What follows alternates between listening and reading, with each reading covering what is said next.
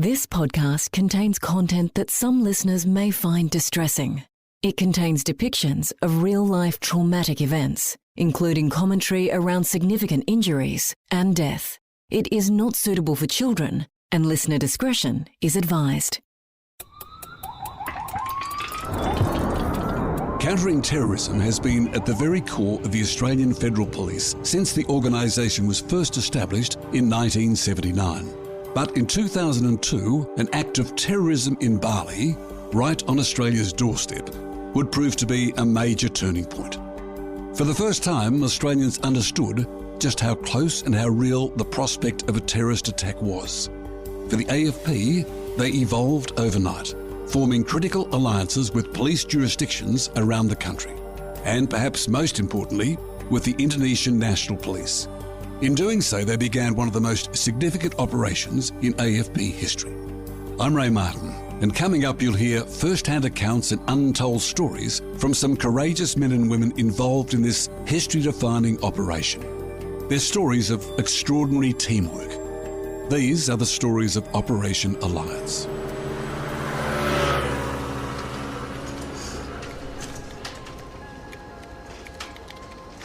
I think it was a fairly unusual situation where the AFP was undertaking a joint investigation with a law enforcement agency from another country, the Indonesian National Police investigation, where they allowed the AFP to assist. Bali rewrote the book, if there was a book, about how international investigations are done. Because to that point, international investigations were largely the purview of the jurisdiction that the crime had happened in, with a little bit of support coming in from other countries, mostly technical expertise. All of a sudden, Bali became a joint arrangement. The scale of the Bali bombings for Op Alliance it needed to be a team effort. The cultural difference, we needed the DFAT, we needed the linguists there. You know, the vastness and the size of the scene. We needed the bomb scenes from VicPol to be there with us. There was a high level of preparedness for mass casualty, but we had never attended a mass casualty event of this scale or complexity in terms of the numbers of deceased, in terms of the complexity of deployment into a foreign country and sustaining that operation for such a period of time.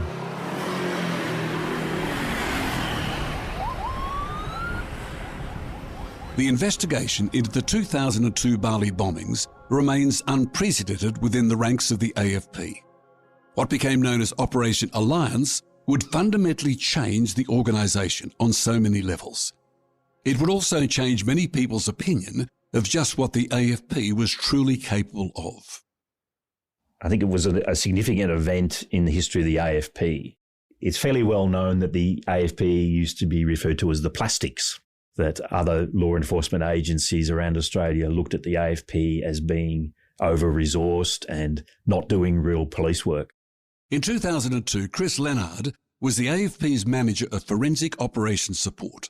I think that attitude changed as a result of the AFP's response to the Bali bombings. I think it showed how the AFP could coordinate a significant response to a major incident of that type, how it could quickly gain collaboration from other state and territory agencies around Australia, and overall how a major incident could actually be managed by the AFP. And I actually had an interstate colleague come up to me in Bali and he said to me that he often wondered how the Australian forensic community would respond to a major incident here in Australia. And he said that now that he saw how the AFP responded and how they coordinated the Australian response, he said he was now confident that such an incident could be handled appropriately. That clearly had changed this individual's mind in terms of what he thought of the AFP. And I think overall it demonstrated the AFP's potential to respond to such an incident.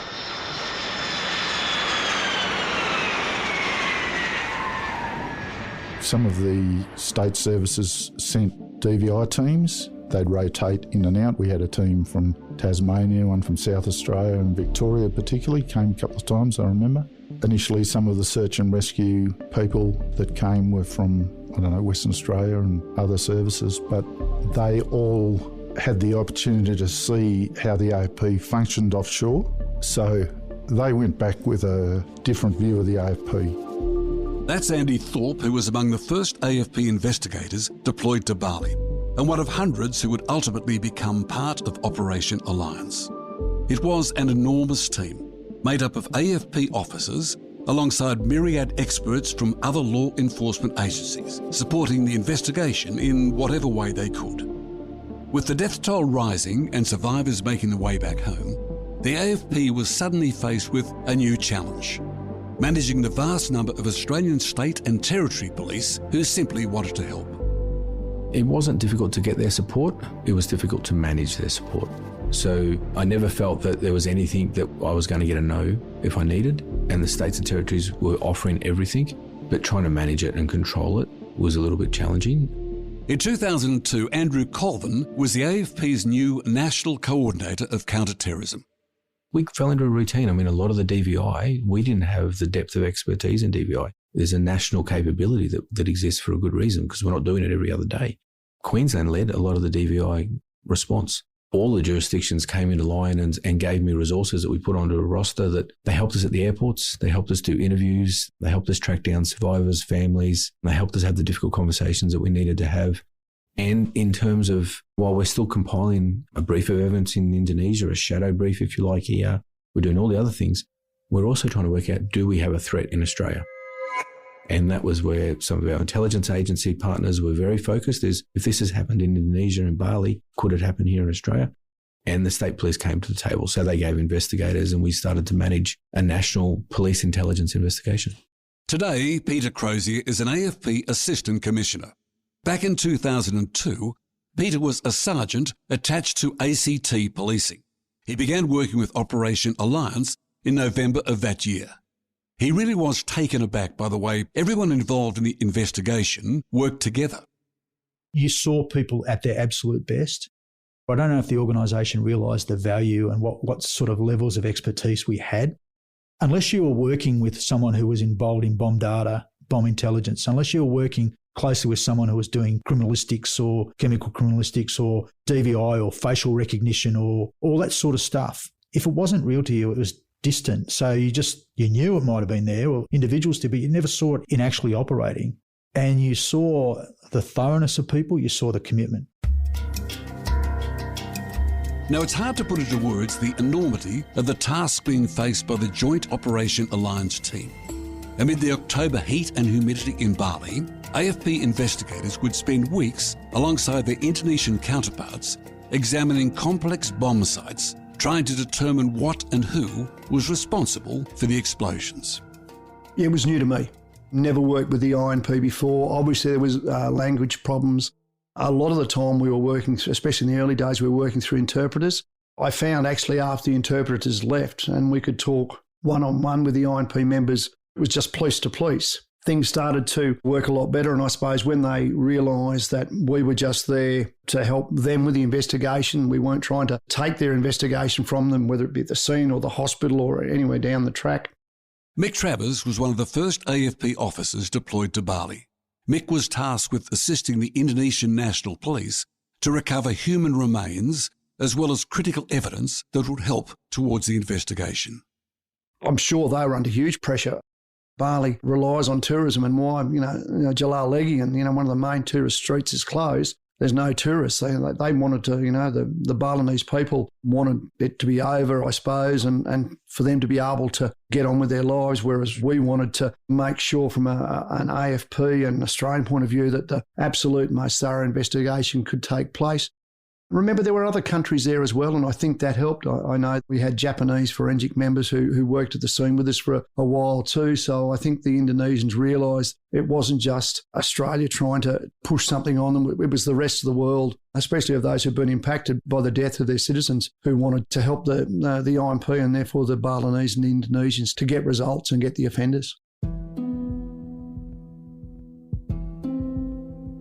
With each passing day, pressure was mounting on DVI teams to provide information about loved ones to grieving families.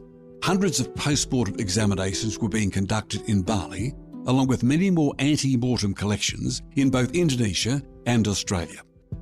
AFP officers, along with their state and territory counterparts, collected 600 witness statements from travellers arriving back in Australia from Bali. along with other vital evidence such as films and video footage. It all needed to be processed quickly. Meanwhile, forensic teams had 46 separate crime scenes to assess across Bali, Java and Sulawesi, which resulted in close to 3,000 forensic exhibits and samples being obtained. It was, by any measure, an extraordinary team effort involving many, many long hours. We're talking about 14, 15 hours a day, 7 days a week for the first 2 months. Most of my team were working about 12 hours a day, 7 days a week. And remember, we weren't just doing the disaster victim identification part of the Bali bombing. We were also doing the DNA analysis for the criminal investigation. And we were also running the DNA analysis for the forensic science normal cases. So all of these competing priorities were at play, trying to get the deceased identified, the samples for the investigation, and maintain a normal workflow. Lindsay Wilson-Wild was the team leader of biological criminalistics at the AFP. I had a small team in the biological criminalistics, and I knew I wasn't going to be able to meet the expectations and turnaround times that were going to be required, given that I had 11 people. And we didn't have the legislation in place either. So I couldn't send samples out to other jurisdictions. They had to be done in Canberra. So I asked my counterparts and they answered the call. They sent scientists to Canberra to help us. So we had about 50 scientists on the case, and these were just DNA scientists working on the case, and they would rotate in. And I also had to send a biologist to Bali to advise and ensure we had the right samples coming in. The work that was done by our forensic biologists back here, just doing that was incredible. In fact, it wasn't just the AFP. There was certainly scientists from all over Australia worked together. David Royds led the AFP's forensic chemistry team, which at the time comprised just 5 people. Australia's forensic community was quick to lend its support. All scientists around Australia were using techniques and procedures which they were familiar with that had been tried and tested by other laboratories and so forth. So this allowed us to do a thing called interoperability, which means that the scientists from other laboratories could actually come to our laboratory and just pick up the tools and just start work straight away without any induction or training or whatever, because they were effectively trained. We're all effectively using pretty much the same procedures. So we had many, many scientists from Victoria, from Tasmania, from Queensland, from Western Australia, Northern Territory, South Australia, all working in our laboratory from time to time, helping with this massive, great task. And it was a really wonderful example of interoperability working well. As the Operation Alliance investigation picked up pace, what also needed to work well was the cooperation between Australian forensic teams and the Bali Police Forensic Laboratory, known as Lab 4. The relationship with Lab 4 was pretty much a partnership. Everything we did was in consultation with Lab 4. So we had a team of crime scene examiners and they had the same team makeup. So we were working together. We had a great relationship with Lab 4, to be honest. Annie Lamb was an AFP crime scene investigator and one of the first Australians deployed to Bali to assist the Indonesian forensic team. They were really appreciative that we were there. And obviously some of the equipment that we brought, they didn't have. So, it was not only conducting the examination, but also letting them know what we were doing at the same time. They had obviously chemists as well. So when we were working in their facilities at their police station, we worked with those members. If we were out in the field, Lab 4 had their different members deployed. So, I worked with quite a number of them in the different roles. Annie was one of just a handful of female crime scene examiners assisting the Lab 4 team. Another was Dr. Sarah Benson. Whenever we were working together, it was because we knew we could complement each other with what we brought to a problem. Lab 4 had that knowledge of explosives and how to analyse samples, what they might be looking for, because they'd come across explosives in their criminal environment before. I didn't have that hands-on operational experience, but I did have this theoretical knowledge. I did have this new whiz-bang technology. I did have this training that I'd done in these new types of explosives and different types of explosives and trying to combine them together. I think that's where we struck up this respect between us, is we can work together to solve this problem. I think when you look at it that way, through that lens, there's less rub, there's less concern on trust or any of those aspects, and fully recognising that we were there to support. We as the AFP didn't have jurisdiction. We're there to support the international effort led by the INP, of which Lab 4 was the forensic component. So respecting that, recognising that, helps with all of those things.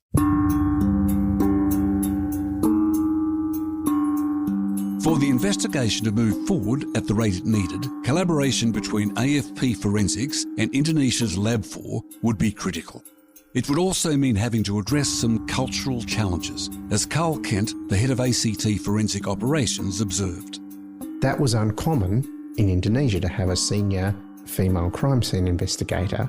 That was not really a role that at that particular time in Indonesia a senior woman might perform. So it was those sort of factors that challenged relationship, and how would an Indonesian police officer take, or a crime scene officer from Lab 4 take a direction from a senior female crime scene officer.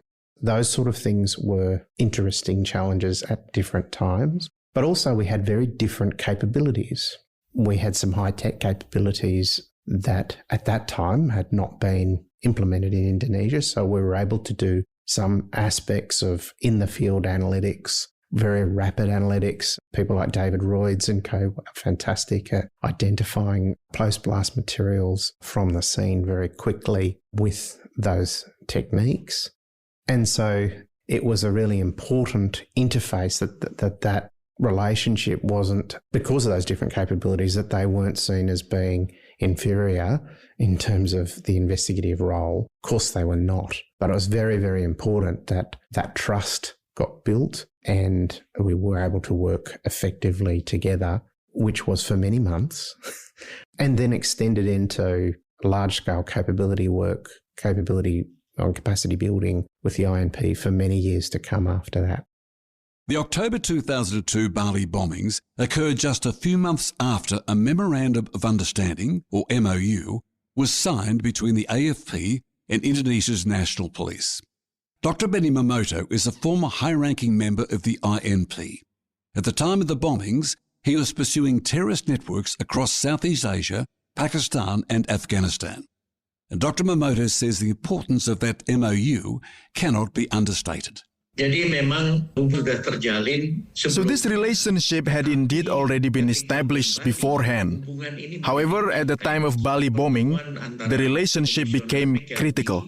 The meetings between Commissioner Mikilty, the head of the National Police General Goris Mary, and General Madi Mangkupastika were vital to enable smooth cooperation at the lower levels.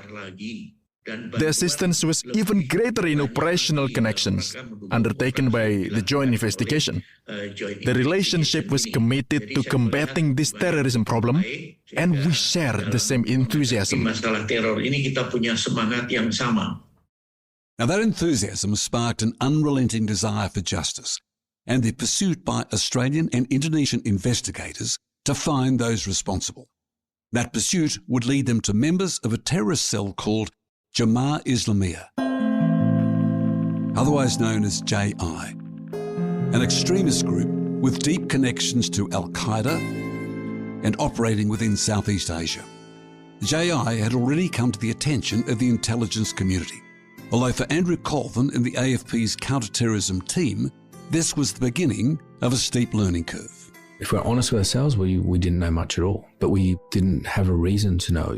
Our sisters in the intelligence community knew a lot more, and that was their job to know that. But terrorism hadn't really transitioned from being an intelligence and a national security issue to a policing issue. It was still being held as an intelligence issue. So yeah, Jemaah Islamiyah was known, and there were aspects of it that needed to be investigated in Australia as well. That all of a sudden came very much onto our radar, and we had to learn a lot more. And again, the Indonesian police taught us an enormous amount. They knew about the network. They probably didn't describe it the way that we did, or we eventually did, but their intelligence, their understanding was amazing. As the investigation continued, teams of forensic experts from Australia and Indonesia had been collecting DNA evidence and human remains from the bomb sites in the belief that someone, somewhere, would find a clue leading to the identity of the killers. And for Ben McDevitt, the AFP's General Manager of National Operations at the time, a critical breakthrough came from an unexpected source. Being in the mortuary at a particular point in time with a couple of photo fit specialists from Victoria Police, when the task was a very gruesome task, and it was trying to actually put together the face of the suicide bomber who'd killed himself in Paddy's Bar. And actually watching these people holding up pieces of skin and bone and trying to place it together so that these Victorian police photo fit experts could actually draw a composite of what that person looked like. And that'll always stick in my mind. And guess what? They did a good enough likeness that he was identified. That's quite extraordinary. Graham Ashton was the forward commander in Bali. Normally based out of the AFP office in Melbourne, Graham was aware of the new photo fit technology being developed. At that time, Victoria Police was pioneering really a new sort of computer technology to photo fits, something called FACE technology, facial automated something or other, had an acronym FACE. They were sort of pioneering that so they could give you almost a 3D computer image of someone rather than a sketch drawing. There was a big advance at that time, and Victoria Police was good enough to make them available to us. They sent up the team to Bali. That team did a great job, not only on that photo fit, but the photo fits they put together of the three suspects we had on the motorbike, because they really just ended up being spinning images of the terrorists that we caught. DVI expert Ken Ra says that the ID for the digital photo fits was consistent with what they'd found at Paddy's Bar, and that later aligned with DNA samples taken from the suspect's family members. They've got the two legs and basically a part of the head. What they did to try and reconstruct was the head was pretty well mangled, and they actually stuffed it with newspaper to pad it out and then photographed it and got a photograph of who they thought was the person, and then they did a composite photo and compared it all. When we actually found that body, it wasn't for, it was a couple of weeks by the time we actually got to that body in the system. We found the legs, and that actually, whoever did the recovery from Paddy's, actually put both legs and the head into the same bag, which was quite amazing, we thought. And eventually we matched them all back with DNA.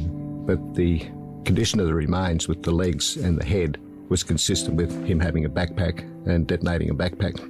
I think we had one of our people with AFP and a few of the locals actually went to an island somewhere where Iqbal had actually come from to get DNA samples from the family to match it up to finally get the positive ID. So it was very complex and complicated, but we just persevere until we get a result. Perseverance and patience are key factors in any investigation. Yet just a few weeks in, the Operation Alliance team were already starting to see some significant breakthroughs, as Graham Ashton recalls. For me, there were probably two breakthrough moments in the investigation in terms of catching those responsible, or at least identifying them. The first was the motorbike that was found outside a mosque not far from the crime scene.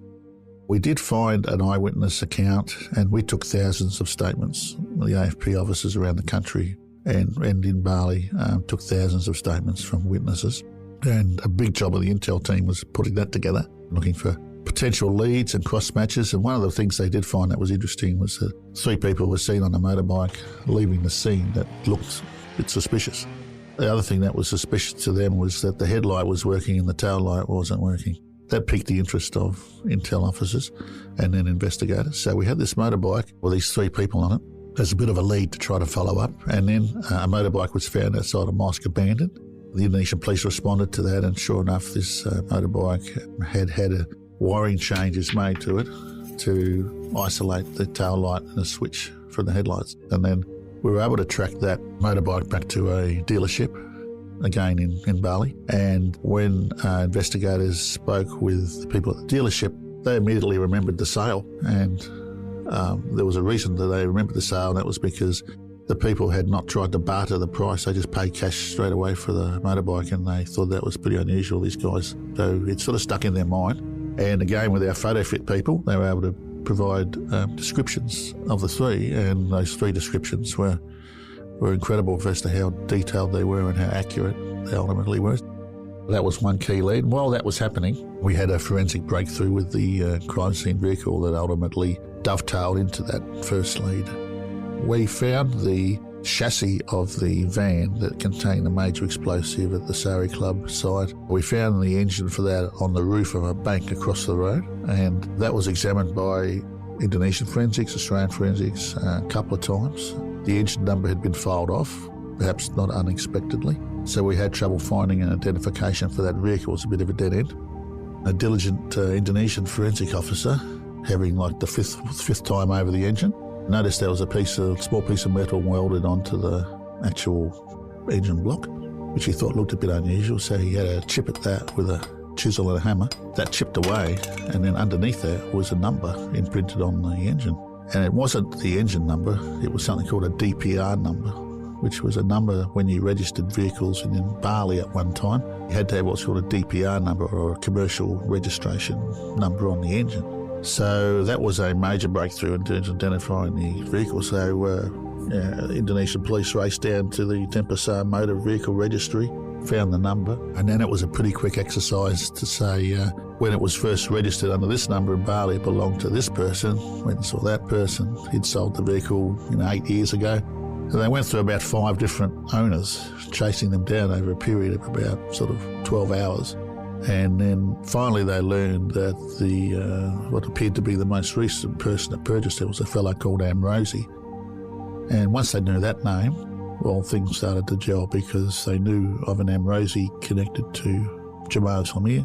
They had an address in East Java for him, and his face jumped out of the photo fit that the car dealership had provided, the motorbike dealership had provided, of one of the people that was at the purchase of the motorbike. So Indonesian police raced over to arrest Amrosi. Sure enough, he was there. He wasn't accompanied by other members of that were on the photo fit, but turned out that he was, there was his brothers involved, and others were involved, and they were on this photo fit as well. So he was transported to Bali, interrogated by the Indonesian police at that time. So, and then that led us on getting more evidence from the searchers. We found where the bomb was constructed, and we, those other leads then quickly flowed from that, and we had enough evidence for him to be charged, and ultimately for the others to be pursued and captured as well.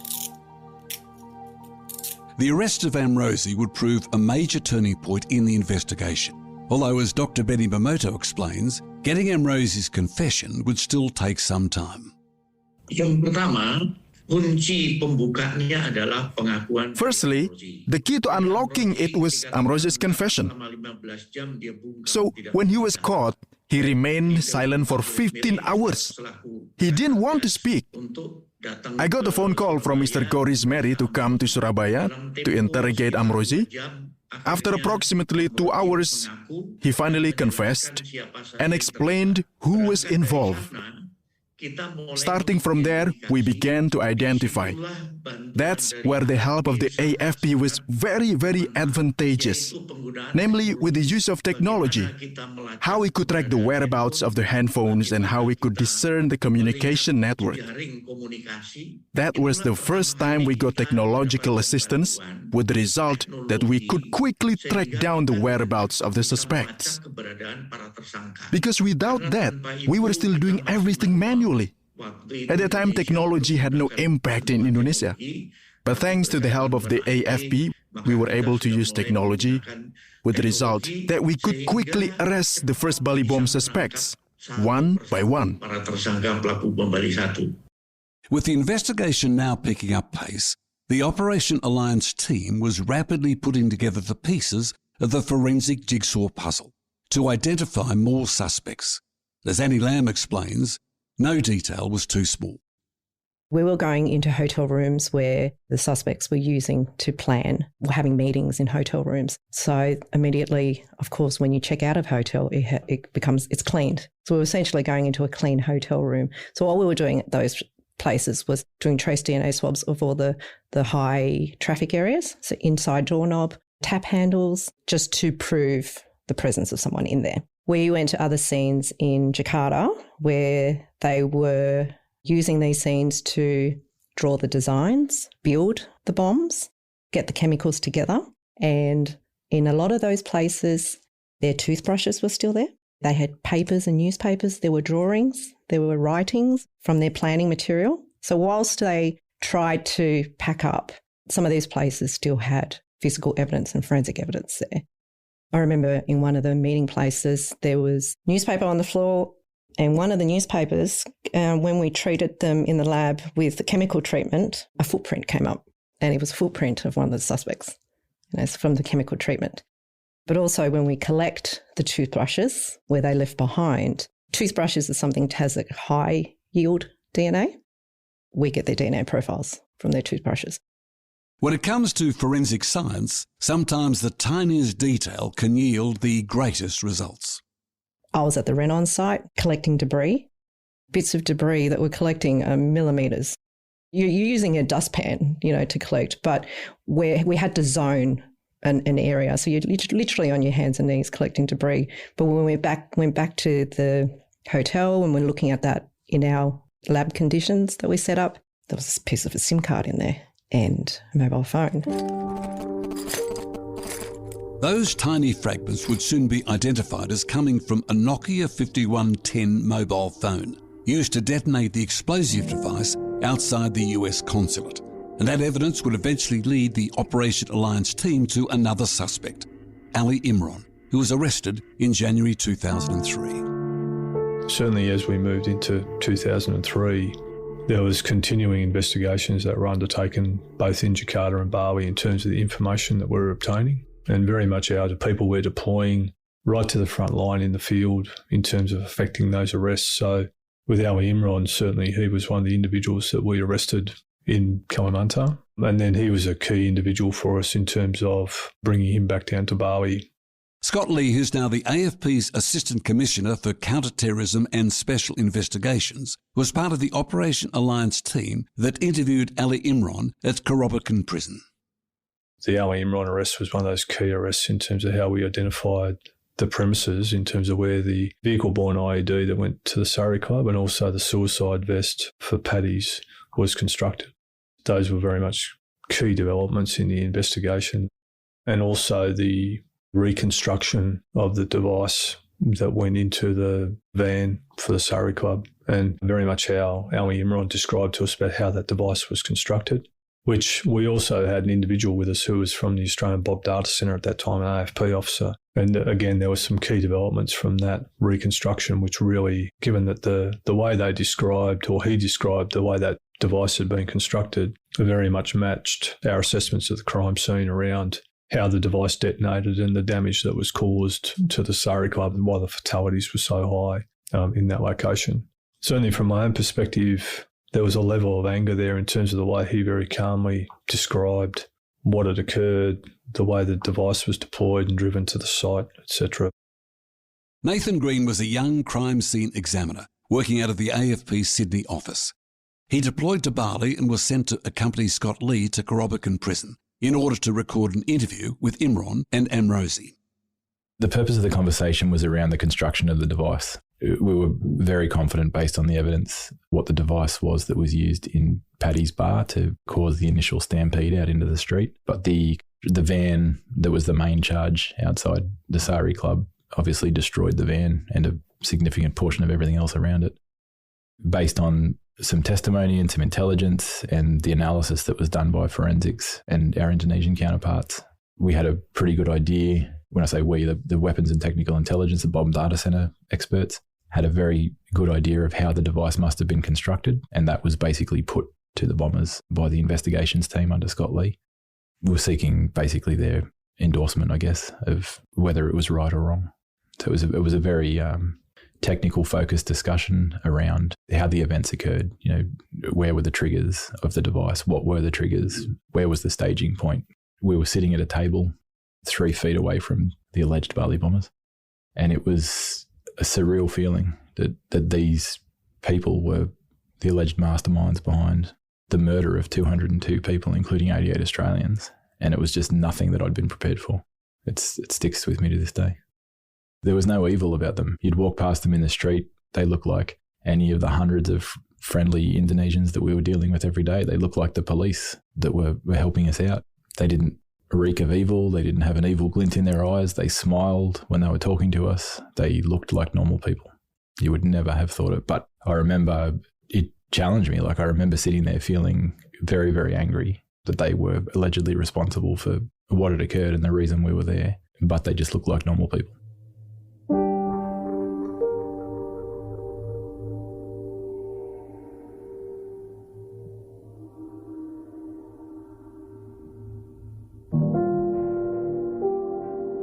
Closure is a word that's often bandied about and in some cases overused.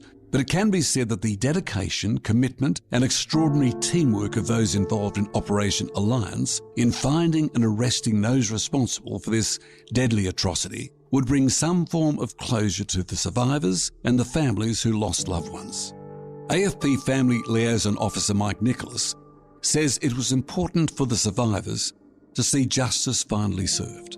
Although we had a few of the perpetrators convicted, there were still quite a few at large. Right up till 2011 was when one of the suspects in the bombing, a guy by the name of Umar Patek, was apprehended in Pakistan, I believe. He was extradited back to Jakarta and he was going to face trial in Jakarta, and they had made a decision that they needed some Australian victim impact statements or victims to give evidence at his trial. So 3 Australian victims went across to Jakarta for the trial, and they gave evidence.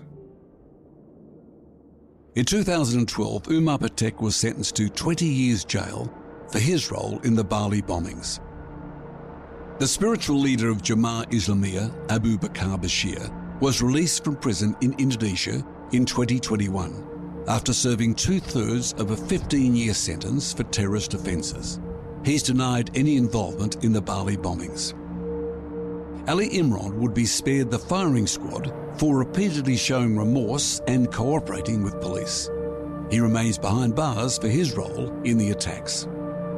Ali Imran's brothers Mukhlis, Amrozi and Imam Samudra would be executed on November 9, 2008.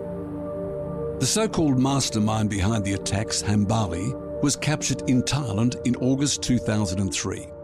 He remains behind bars at Guantanamo Bay, where he's facing a US military tribunal for orchestrating the bombings in Bali, as well as the JW Marriott Jakarta bombing in 2003.